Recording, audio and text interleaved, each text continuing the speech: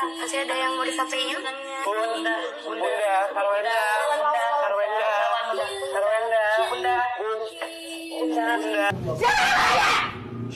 Kamu itu udah bukan di sini tempatnya. Kamu udah bukan di sini tempatnya. Kemarin sempat dikabarin sama Kak Fitri. Assalamualaikum warahmatullahi wabarakatuh. Halo teman-teman, selamat datang kembali di Analisis Sengit, channel yang selalu membahas dan mereaksi berbagai berita viral, kontroversi, hingga konten reaksi yang sedang ramai diperbincangkan. Di video kali ini kita akan membahas kabar terbaru mengenai Mbak Fitri yang dikabarkan sedang sakit keras, di saat publik juga masih terus memperdebatkan berbagai pengakuan mantan ART, dugaan netizen yang mengaitkan sejumlah jejak digital, hingga munculnya berbagai potongan video lama yang kembali viral. Benarkah semua potongan informasi itu saling berkaitan? Ataukah ini hanya efek bola salju dari media sosial yang membuat berbagai dugaan berkembang semakin liar? Perkembangannya justru semakin menarik karena setiap hari muncul sudut pandang baru yang membuat publik kembali berdebat. Yuk kita tonton videonya. Kak Fitri lagi sakit parah. Saya minta doanya semoga Kak Fitri sehat kembali dan tidak terjadi apa-apa. Gestur tangan gitu, sama di sini kan yang bisa diakses matanya gitu. Tapi ada yang mikir juga yang ini, itu, yang ini cocokologi netizen, ada yang mikir yang ini antara dua ini nih. Cuman yang ini mirip sih dari ininya sih kalau memang lihat tangannya gitu, gestur-gestur tangannya mirip. Gue samperin, beneran gue samperin. Bayar 5 juta apa kalau nggak salah waktu itu. Nanti katanya kalau Nyi Roro Kidul suka bisa dikawinin apa enggak sama selirnya. Oh, uangnya bakal nggak berhenti. Guys, kalian merasa nggak perkawi-kawian ke blow up itu asisten kok ngilang ya? Artis. Dari ceritanya si Mbak Topeng ini, kayak pengakuannya tuh mengerucut ke satu orang gening guys. Siapa? Gak tahu kebetulan ceritanya sama, gak tahu memang orangnya yang Ya jujur nggak berigidik juga Mamang melihatnya. Nah apalagi pas sudah dari sini nih. Tuh tambah tuh. Nih setelah kemarin tayang dan bikin gempar ya, ada kabar kurang mengenakan juga ya. Ini ada update dari jejak backpacker gitu ya. Kita ceki-ceki. Play. Jadi kita kali ini kedatangan narasumber spesial ya. Dia adalah salah satu ART, artis yang cukup lumayan terkenal. Dan saya mau menginformasikan bahwa kemarin sempat dikabarin sama Kak Fitri lagi sakit parah. Saya minta doanya semoga Kak Fitri sehat kembali dan tidak terjadi apa-apa. Dan gak usah berlama-lama, langsung aja kita ke narasumber ya. Assalamualaikum. Waalaikumsalam bang. Namanya siapa Kak? Saya Tuti. Kak Tuti. Iya. Kak Tuti ini memang benar salah satu ART. Iya betul. Saya pernah kerja di salah satu artis yang lumayan terkenal sebagai ART gitu bang. Oh, ini bentar. Ada sanggut pautnya sama ini Kak Fitri juga? Iya, kebetulan saya kerja bareng sama Mbak Fitri di sana. Tapi sebelumnya ini saya disclaimer dulu ya bang. Saya berani ngomong gini karena sebelumnya kan saya lihat Mbak Fitri sudah berani untuk cerita gitu ya bang di konten ini. Kalau tujuan saya ibaratnya saya mau curhat sedikit dengan pengalaman saya. Karena saya punya pengalaman selama saya bekerja di sana itu anak saya sampai nggak ada bang. Gitu. Meninggal. Innalillahi ya Allah. Tapi teman-teman maaf ya, ini sengaja saya pakai topeng full karena menjaga identitas kakak juga ya. Iya betul. Tuh sekilas dulu kita lihat ya. Banyak yang mendoakan Mbak Fitri itu biar lekas pulih. Terus juga ada netizen yang kayak komplain kayak begini contohnya nih. Kenapa harus sebut nama gitu kan? Kayak mempermasalahkan identitasnya gitu, membahayakan. Ya. Tapi mesti dilurusin dulu nih. sebut nggak disebut itu pihak beliau yang dimaksud dalam cerita pasti Iya. karena yang diceritain momen detailnya Yes. gitu. Mungkin warganet nggak akan tahu, tapi beliau yang di dalam ceritanya itu pasti gitu. Apalagi Mbak Fitri gitu, mau dia nggak nyebut nama, mau disamarkan juga kan logikanya satu-satunya tangan kanan gitu kan, kepercayaan Iya. pasti gitu. Jadi mau nggak disebutin juga tetap si beliau tetap Iya, gitu. pasti sadar gitu, sadar Iya, diri. pasti ini si ini ya gitu, si Iya. beliaunya gitu. Ada juga netizen yang bingung, ini dihapus ya dari YouTube-nya, kok aku cari nggak ada. Ada banget nih ya, sekalian Mama kasih tahu ya, nih ya, perhatikan baik-baik yang belum nonton fullnya ya. Jadi ketik aja di YouTube namanya Jejak Backpacker gitu ya. Nah, yang judulnya mantan ART artis ini akhirnya angkat bicara setelah bla bla bla. Ini memang sensor, takutnya memang dikuningin gitu ya. Yang jelas yang ini thumbnailnya nih bisa dilihat nih, nonton ya yang belum nonton fullnya. Memang udah nonton fullnya, rada greget juga gitu sama yang dalam ceritanya, terutama ya si adik gitu yang di-mention rada gemes banget gitu. Kalau yang belum nonton yang Mbak Fitri nih, yang saya bongkar di sini semuanya masih di Jejak Backpacker, tapi kayaknya udah pada nonton semuanya, udah 3 juta viewsnya gitu ya. Yang tadi dikabarkan sakit, yang beliau ini yang membuka cerita pertama nih gitu. Nah, tapi kalau Mama mau nge-highlight nih yang dicuplik sama Koko Hero juga part ular. Yang menurut keyakinan Mama mirip gitu dengan cerita seseorang yang punya pengalaman sama ular juga gitu. Ya mohon maaf kalau salah ternyata ya. Cegi. Play. Mbak Tuti ini udah balik lagi nih ke rumah. Itu kan posisi si Fitri ini kan udah nggak ada nih. Ya udah pulang. Itu udah langsung ada penggantinya berarti ya, asisten itu. Waktu itu sih ada sih Bang, tapi saya nggak tahu itu memang asistennya atau apa, pokoknya ada orang lagi lah di situ yang suka ngikut-ngikutin ibu. Ada yang gantiin gitu. Ya. Aduh, saya nggak bisa berkata-kata sih dengan cerita Mbak Tuti ini ya. Kasian banget ya Allah. Ya gimana ya udahlah Bang, kalau saya sih udah kejadian mau gimana ya Bang. Tapi jadi pengalaman aja lah. Ternyata orang tuh apa yang dipikirin tuh belum tentu enak gitu. Tuh ini saya mau nanya untuk soal adanya ini nih. Itu dia ikut pesugihan juga, melakukan juga berarti ya? Kalau melakukannya saya kurang tahu ya Bang, tapi setiap di kamar Ikut mulu. ikut ada di situ. Oh, dan karakternya pun juga jutek banget ya? Banget Bang. Lebih dari ibu. Kalau mau dibilang, kalau ibu kan cuma dari mukanya aja yang kelihatan gitu ya Bang. Tapi kalau dari bahasa lebih ini adiknya Bang. Nah, itu untuk soal ular, itu tiba-tiba Jadi waktu ada ular itu kan sampai beberapa kali ya Bang. Kalau yang di kamar saya kan nggak tahu ya, karena saya nggak masuk kamar. Yang saya tahu waktu di rumah sakit. Jadi di rumah sakit, di ruangan tengah. Di ruangan tengah kan lagi ngobrol tuh bapak sama anaknya tuh yang kecil. Nah pas lagi duduk di kursi itu, tuh tiba-tiba anaknya teriak. Pas teriak terus bapak teriak-teriak lagi ular kayak gitu Bang. Terus langsung security sama yang kerja-kerja yang laki-laki gitu tuh langsung nyamperin, dikejar-kejar gitu. Tapi nggak ada ularnya Bang. Oh nggak ada? Dikejar tuh nggak ada ularnya. Oh, warnanya apa? Hitam. Panjang? Lumayan lah Bang. Oh. Lumayan panjang. Dan katanya ya Bang, kan saya nggak tahu waktu posisi itu. Katanya itu sempat ngelilit di kaki anaknya. Ini ular sempat ngelilit. Nah pas anaknya ngejerit, ularnya lepas, itu dikejar tuh larinya ke arah itu Bang, ke arah kamar itu. Oh, lari ke kamar itu. Yang tempat ritual itu Bang.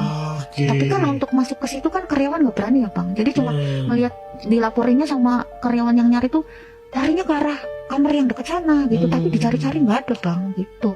Nggak ketemu itu ular. Ngeri banget berarti ya. Kalau kalajengking itu biasanya di kamar bapak. Yang sering. Jadi tiba-tiba bapak teriak-teriak gitu. Ada kalajengking. Sampai pernah katanya Bang, kata bapak tuh ada kelelawar seliuran di kamar. Kan aneh ya Bang. Masa kamar segitu ada AC apa, ruangan gede bagus, ada kelelawar terbang. Tapi dicek sama orang-orang security apa gitu ke dalam kamar nggak ada Bang.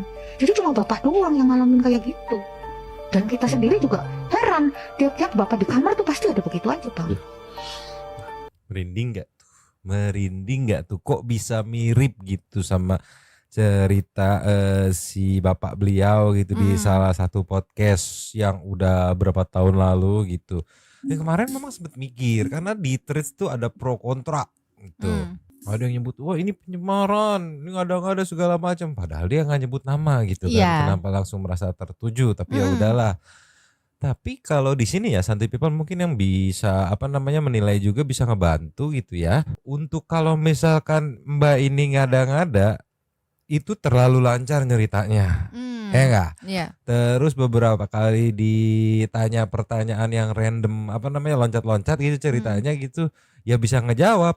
Sama yang bikin rada meyakinkannya itu dia ceritanya ya seputar di area luang lingkup kerjanya dia, area dapur, Iya. sebagai ART gitu Iya. kan. Di area yang dia tidak ngakses gitu. Dia Dia nggak nggak tahu tahu. gitu. Kan maksudnya kalau misalnya mau ngadi-ngadi mah ya udah semuanya aja seolah-olah dia tahu semuanya gitu kan. Iya. Kayak si Mbak Fit yang kemarin gitu Iya. dia area ya ruang lingkup kerja gua aja, gua ngaksesnya ke sini ya udah di luar itu ya gua nggak tahu gitu Iya. karena memang gua nggak ngelewatin gitu. Heeh. Wow juga pasti kan. Teman bowling. Main bowling gitu kan, tolonglah. Iya, karena kalau kemarin misalnya mau ikut-ikutan Mbak Fit gitu kan. Iya. Nah, Mbak Fit tapi nggak ada bahas masalah ular kalajengking kelelawar Iya. gitu kan. Iya bener-bener dari Mbak yang ini gitu. Iya, heeh. Dan si Mbak ini juga kenal ternyata sebelumnya WA-WAan juga sama Mbak Pit gitu. Nih di threads lagi rame nih yang masalah Mbak Fit sama Mbak Tuti gitu ya. Banyak dibedah pro dan kontra. Dia mencocokkan, mengkonekkan seperti biasa style netizen dalam menggali-gali jejak digital. Ini Iya. salah satu sampelnya yang disimpulin sama bacanya apa ini? SNGGTCCC ya itulah ceki-ceki. Play. Cek orang mah di thread meni rame pisan. Kalian udah nonton belum podcastnya Jejak Backpacker yang pengakuan salah satu mantan asisten personalnya artis? Dari ceritanya si Mbak Topeng ini, kayak pengakuannya teh mengerucut ke satu orang gening guys. Siapa? Gak tahu kebetulan ceritanya sama, gak tahu memang orangnya yang sama ya. Tapi di threads ini lagi rame banget ngebahas ini. Kayak ternyata kalau diruntutin, oh semuanya jadi make sense gitu ya. Jadi asup akal. Awalnya aku nggak percaya kalau ini SW karena Mbak Fitri atau gadis bertopeng bilang ex majikannya pernah keguguran. Dalam hati emang SW pernah keguguran. Besoknya muncul dong klip live SW bareng adik RO di mana SW sharing waktu dia keguguran 2 kali habis IFF. Terus komen yang atasnya, pahamnya sekarang kenapa R gak mau menginjakan kaki menemui anak-anaknya di rumah itu lagi. Karena seperti yang dibilang sama Narsum, kalau sudah masuk lagi ke sana, tidak akan bisa keluar, aka jiwanya terkunci. Dan panahnya sudah menancap untuk dijadikan tumbal. Nah ini juga katanya make sense, kenapa si RO juga gak mau nemuin anaknya di rumah, mungkin mikirin keselamatan dirinya juga. Nah, dan kan di podcast yang Ben Onsu sama Raditya Dika itu Kak Ruben sempat bilang kalau siapapun yang bantuin dia pasti celaka, katanya gitu. Di balik benar atau tidaknya tentang sudut pandang yang mengerucut kepada satu orang itu, cek urang mah keterlaluan. Panya orang tehnya seorang artis mah beungharnya beunghar we kitu udah bayaran teh gede, ternyata geuning angger we butuh nu ngaranna dukun, butuh nu ngaranna ilmu hitam. Buat kalian yang belum nonton podcastnya, kalian tonton dulu deh podcastnya. Nanti kalau kalian nonton podcastnya nggak tahu kenapa ya, sepanjang si Mbak Topeng ini ngomong kayak kita tuh emang tertujunya sama satu orang itu tuh kunaon aing oge nya lain soujon ieu teh hampura. Iya bener. Tiba kayak gambaran muncul gitu katanya tuh ya. Tapi ya itu akhirnya yang bikin mind blowing tuh, seriusan nih yang diceritain? Kan yang ceritain sekelas seleb gitu. Ternyata masih juga ya gitu. Balik lagi connect lagi sampai sebelum-sebelum akhirnya connect bener-bener si Mbak Fit ini jadi kepingan puzzle terakhir tuh buat nyatuin semua nyatu semuanya. Tapi ada yang belum tahu juga kan kayak ini tentang siapa Jir. Waduh kurang tahu, Mamang juga bingung karena tidak disebut namanya ya. Tolonglah di komen-komen aja kalau kayak gitu mah ya. Dari Lovely, Kak, ini merinding juga nih. Kamu hati-hati ya. takut banget ngeviralin ini. Aku baca tweet setelah ngeviralin ini bener-bener pada mimpi serem katanya. Semuanya nyambung banget, please seru. Kita nyari bahannya merinding sebadan-badan juga, tolonglah. Katanya habis ngeviralin YouTube itu pada dapat mimpi serem lah. Gue malah mimpi mantan. Ya itu seremnya. Seremnya tuh itu. Serem itu. Kasih lagi nih. Cus. Ini menarik nih.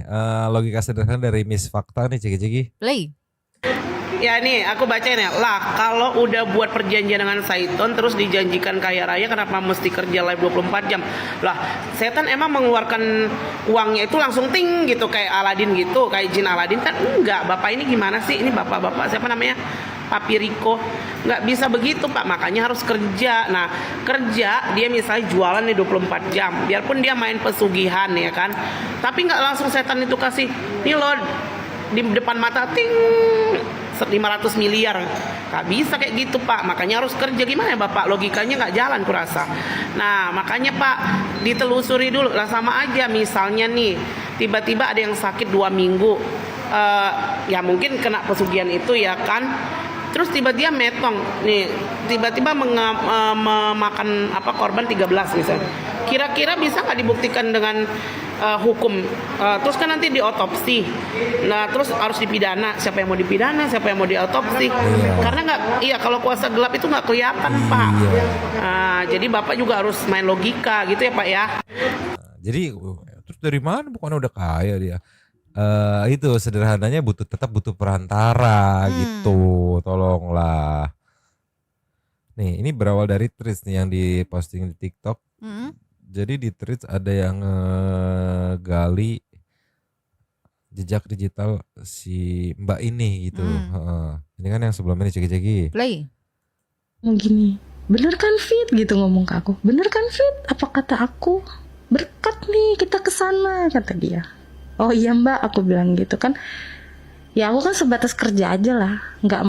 Hai, dengan kita sudah sampai di mana Bunda? Sampai di Bali. Yeay, ini ya. Pertama kali ke Bali.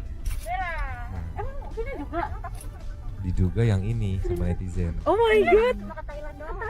Oh my god, cuma ke Thailand. Yeay. Bella nggak dapat ke Paris karena belum bikin paspor. Oh my god. Tapi bisa Amerika dapat ya? Konyo ke Paris juga.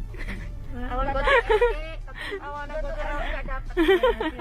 Kita decide kayak gimana ya? Oke deh, ini kita pertama langsung kemana Bun? Ngomong gini, bener. Itu netizen menduganya yang itu di jejaknya katanya ngelihat dari gestur tangan gitu, sama di sini kan yang bisa diakses matanya gitu. Tapi ada yang mikir juga yang ini. Itu, yang ini cocokologi netizen, ada yang mikir yang ini antara dua ini nih. Cuman yang ini mirip sih dari ininya sih, kalau memang lihat tangannya gitu, gestur-gestur tangannya mirip gitu. Tapi nggak tahu kalau Santi People gimana analisanya ya. Ada antara dua ini nih yang lagi diselidiki sama netizen gitu. Ya mungkin karena kondisinya update-nya kan dari jejak backpacker katanya lagi sakit keras gitu. Netizen pengen nge-track juga gitu ya. Mungkin ada yang mau bantu atau kayak gimana gitu kan. Itulah the power of netizen ya. Kasih lagi. Just. Kalau ini aduh, netizen emang jago ngulik-ngulik ya. Iseng tapi seniat itu sampai bayar 5 juta dari Bianca Safresa. Jujur janggal, mana ada yang namanya iseng mau ngeluarin duit sebanyak itu. Makanya ada istilah iseng-iseng berhadiah. Jadi ceritanya mau membersihkan diri tapi malah terlihat WKWK. Atau maksudnya iseng-iseng kalau berhasil lanjutin gitu ya Uncle. Emang iseng apa sih? Tuh? Ternyata Ceki-Ceki. Play. Gue iseng, gue samperin. Beneran gue samperin. Bayar 5 juta Pak kalau nggak salah waktu itu. 5 juta bayarnya. Katanya buat seserahan lah, madat lah, ini itulah segala macem gitu kan. Karena menurut kabar yang beredar, kalau kita pergi ke sana tuh nanti langsung ngedil gitu loh sama Nyi Roro Kidul katanya. Gue mah gue iyain dulu ya kan. Nanti katanya kalau Nyi Roro Kidul suka bisa dikawinin apa enggak sama selirnya. Oh uangnya bakal nggak berhenti. Cerita-cerita zaman dulu dongeng tau nggak lo yang katanya ada mobil box suka nganterin duit gitu. Tapi ini tujuan lu iseng ya, bukan emang lu niat buat menggandakan uang ya? Iseng. Oke, iseng ya. Terus? Ini emang gue Enggak isengnya masa spending 5 juta buat apa namanya menggandakan uang. Iseng-isengnya ya oke. Wajar kalau akhirnya si beliau ini jadi mikirnya lu isengnya iseng kelewat iseng ya. Iya. Nyepen 5 juta gitu buat ngikut ritual berarti ya, ritual penggandaan uang gitu ya. Iya. Tolong gimana ini teh? Nggak setauku mah kalau misalnya pengen tahu gitu ya, makanya cuma sekedar pengen tahu, kayaknya nggak usah, bukan dianya sendiri deh, kayak ya udah dia ngeliatin aja entah temennya kayak atau siapa gitu kan. Iseng dipikir penunggu di sana tahu kalian iseng apa serius. Yang mereka tahu dan kuncinya tahu ya kalian ritual. Bahkan beberapa orang nggak tahu dijebak tetap aja masuk hitungannya ritual katanya ya. Jadi makin kemana-mana abis digali sama netizen nih. Apalagi ini ada postingan ini meluncur. Cus. Nih tiba-tiba di up aja nih sama Alfian Syahputra nih. Nggak tahu lah, ceki-ceki. Play.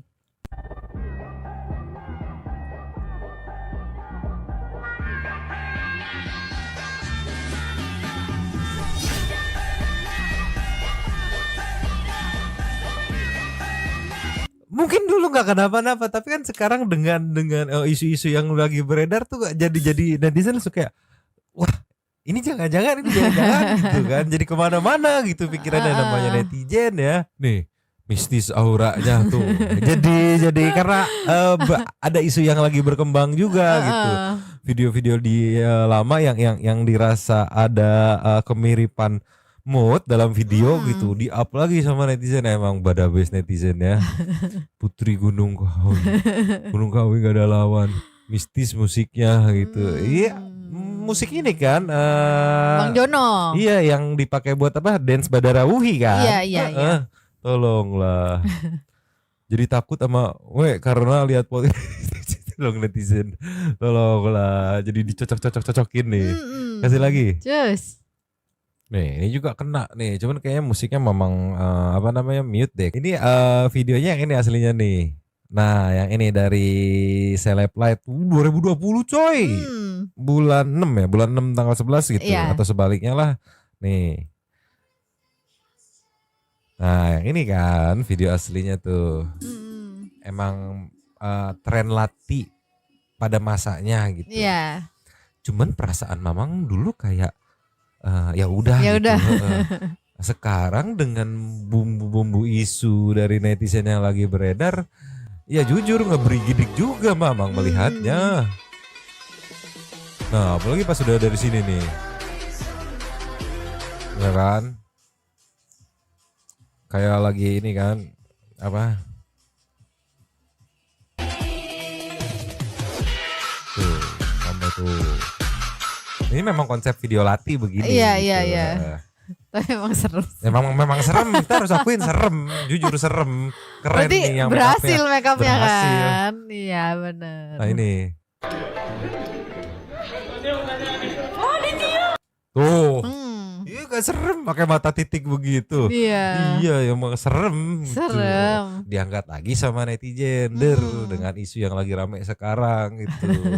Makin ngeberigidik gitu. Tapi yang make upnya keren. Ini pakai make up artis soalnya katanya. Keren. Enggak jadi serem, keren. Kasih lagi. Cus. Nih, gak salah punya CS Kuncen Gunung Kawi gitu. Orang dalam Gunung Kawi. Ceki. Play.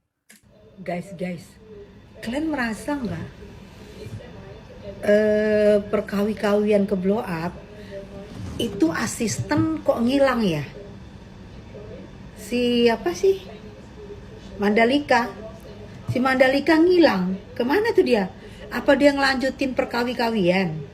Karena kalau yang pergi itu bos, udah malu dong, udah pada tahu semua. Apa si Mandalika itu yang melanjutkan perkawi-kawian itu? Hah? Aduh. Tapi kalau menurut Kuncen di sana sih bisa diwakilkan, tapi nggak se gencreng datang sendiri gitu. Karena kalau datang sendiri kan dia yang minta, dia yang berdoa, dia yang mohon, dia yang berjanji, dia yang dimandiin gitu-gitu kan. Kalau ini kan masa si Mandalika Ya bisa, tapi tidak talk chair gitu, tidak talk chair. Ini aku ngasih tahu loh, aku masih baik loh ngasih tahu, si Mandalika tuh nggak talk chair, harus kamu sendiri ya datang gitu ke sana ya. Mungkin pakai masker atau pakai topeng bisa, pakai topi tutup mata, tapi susah say, karena udah pasti kebaca kelihatan ya nggak sih, guys. Tolong lah, emang lagi rame itu katanya tuh khasiatnya udah mulai meluntur nih gitu. Kenapa nggak kesono lagi nih gitu. Terus nggak lama ada kabar si Mbak S yang jadi narasumber Jejak Backpacker sakit keras gitu Mbak F gitu ya. Iya. Kok sebuah kebetulan gitu ya. Iya. Duh, ini dari apa saja boleh. Dengan rasa penasaran katanya masih menjadi pertanyaan. Kenapa Mbak SW sering kena kerasukan mungkin. Mana slide 2-nya galak banget. Coba kita lihat slide 1 dulu. Nih katanya Bunda kalau kesurupan bikin tegang. Aku yang nonton seperti ikut gak bisa nafas ceki-ceki. Play. Oke, masih ada yang mau disampaikan? Bunda,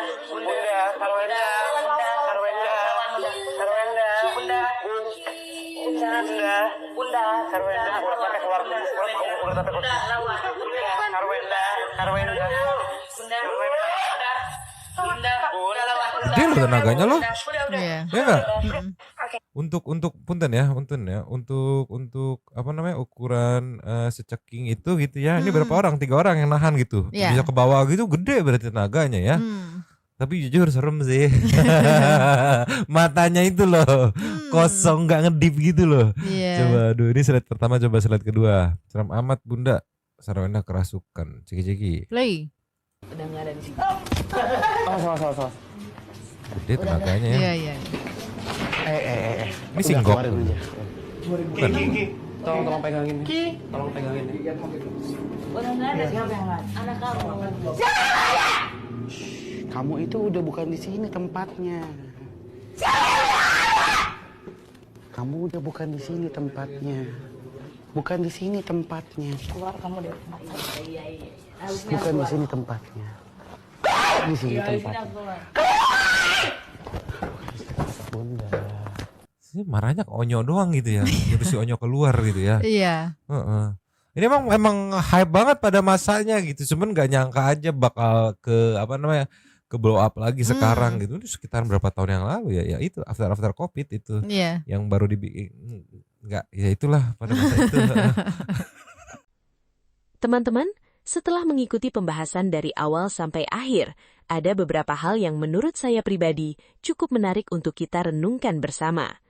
Kalau saya melihat fenomena ini, justru yang paling mencolok bukan hanya isi cerita dari para narasumber, melainkan bagaimana media sosial bekerja ketika sebuah isu sedang viral. Begitu ada satu potongan informasi yang menarik perhatian publik, biasanya akan muncul banyak orang yang mencoba menghubungkan satu kejadian dengan kejadian lainnya. Ada yang membandingkan video lama, ada yang mencari jejak digital, ada yang mengingat kembali wawancara bertahun-tahun lalu, bahkan ada juga yang menyusun semacam puzzle berdasarkan berbagai potongan informasi yang beredar. Fenomena seperti ini memang sudah sering terjadi di internet. Sebagai kreator reaksi, saya pribadi merasa menarik untuk mengikuti bagaimana sebuah narasi berkembang.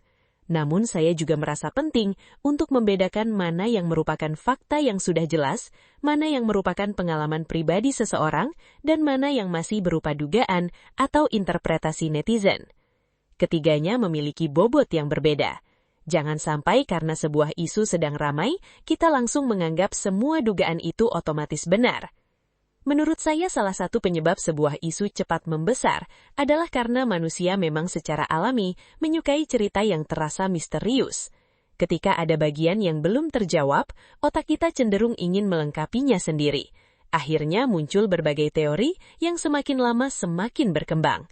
Belum lagi algoritma media sosial yang terus menampilkan konten serupa kepada pengguna.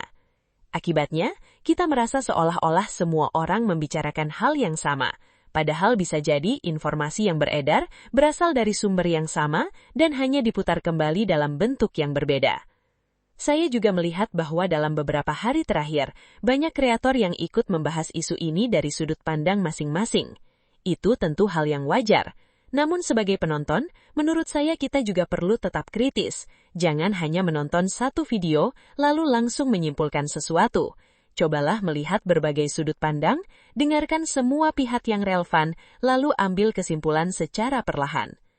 Kalau berbicara soal kabar bahwa Mbak Fitri sedang sakit, menurut saya itu adalah hal yang seharusnya menjadi perhatian utama. Terlepas dari berbagai kontroversi yang berkembang di media sosial, ketika ada seseorang yang sedang mengalami kondisi kesehatan yang kurang baik, saya rasa hal paling manusiawi adalah mendoakan agar kondisinya segera membaik.